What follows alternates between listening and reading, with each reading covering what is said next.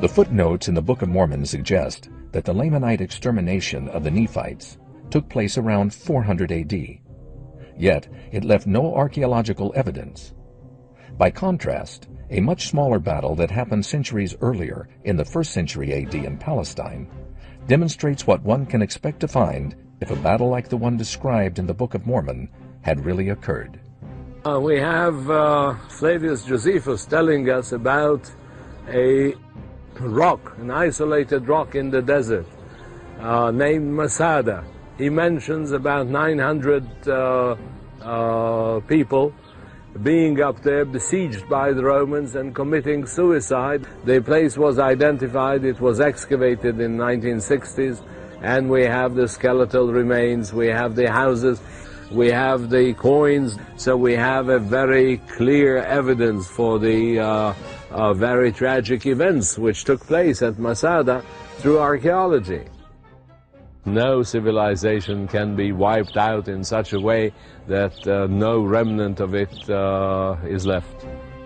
The Book of Ether and the Book of Mormon, especially chapter 15, describes a massive war in which it reports there had been slain 2 millions of mighty men, also their wives and children.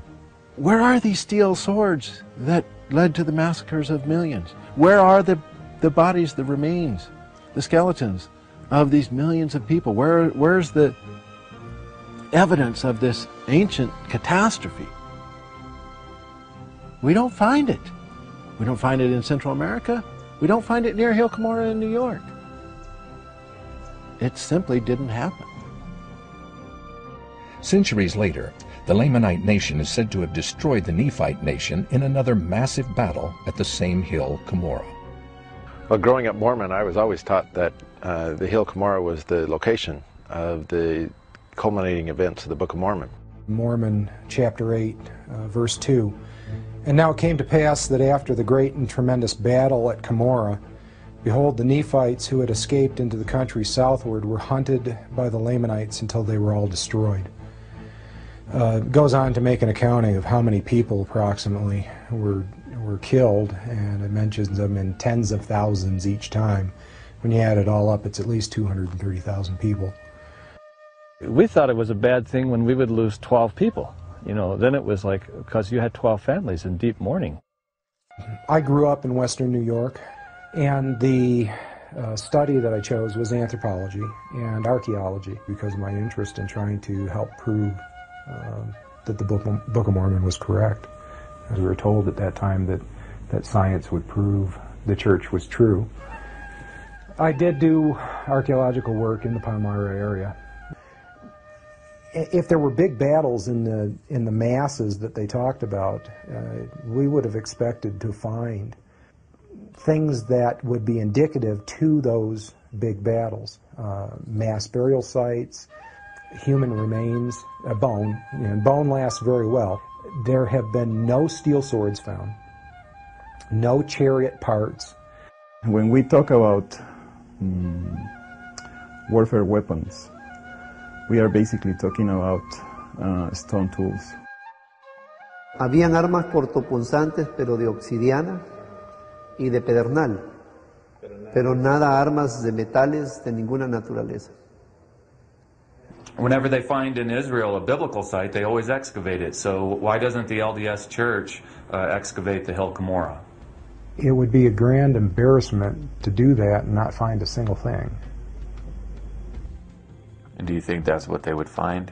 I'm confident that they would find nothing. Have they ever done any archaeological excavations on the Hill Cumorah? They have. What, have they found anything? No. The LDS Church, of course, owning much of this property, could do the investigations. But they know from the little bit they have done, and they know from what's been done by others, the evidence isn't there. So it's obvious why they don't excavate. Because if they did, all it would do is disprove their faith claims.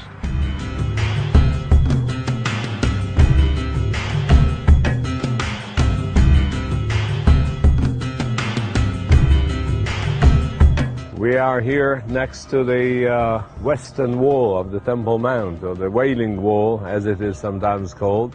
The wall itself is approximately 2,020 years old.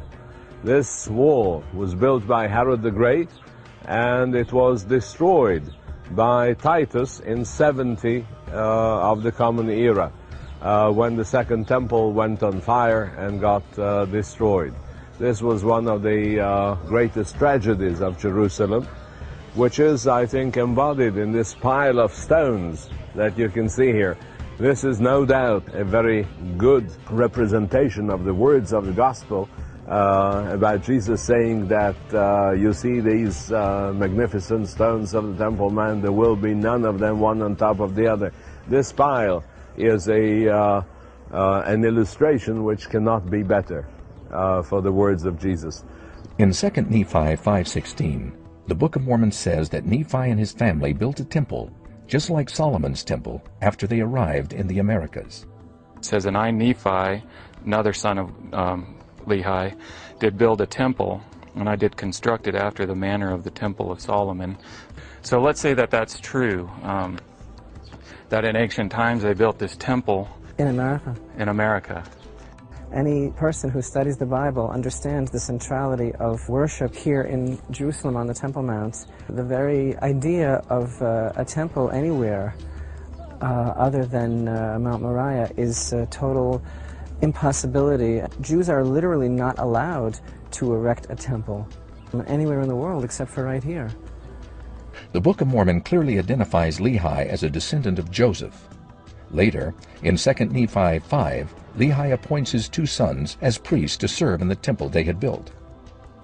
The men who are serving in the Holy Temple are all descendants of Aaron, lineal descendants of Aaron. The Book of Mormon claim poses a problem because appointing priests who were not Aaronic Levites was expressly forbidden in the Old Testament, and yet the Book of Mormon claims to uphold the Old Testament laws.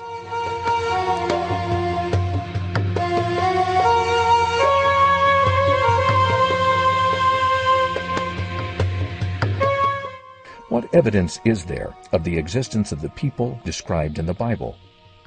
We have an inscription mentioning the house of David. Actually, two different inscriptions. One found in southern Transjordan. The second one comes from Tel Dan in the north. And when we look at the Old Testament canon, when we look at people like Daniel and Isaiah, especially the later prophets of Malachi and Ezra, we have a lot of extra-biblical witnesses to talk about these people outside of strictly their biblical context. These are ancient historical figures. The New Testament talks about various figures like high priests, and we see records of these high priests which are from that period, showing that they clearly existed. Caiaphas is mentioned in the New Testament as the high priest in the time of Jesus. Several years ago, workmen came upon a burial cave. Inside the burial cave there were approximately 10 ossuaries or bone boxes, upon one of which appeared the words, Joseph, the son of Caiaphas. The figures like Paul have to have existed. If not, who wrote the letters that bear his name, that are written in the Greek of the time?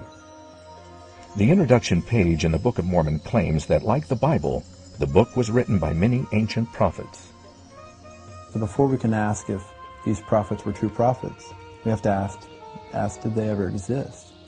We have no evidence that they ever existed, let alone that they wrote down these prophecies, that these prophecies were maintained accurately. We can't even ask these questions. We can't go that far. So what of the central figure of the Bible, Jesus Christ? What evidence is there that he existed? There's no doubt that Jesus was a historical figure. He's not only mentioned in Christian texts, but he's also mentioned in non-Christian texts. The Jews talk about Jesus Christ in their writings, even though they don't talk about him favorably.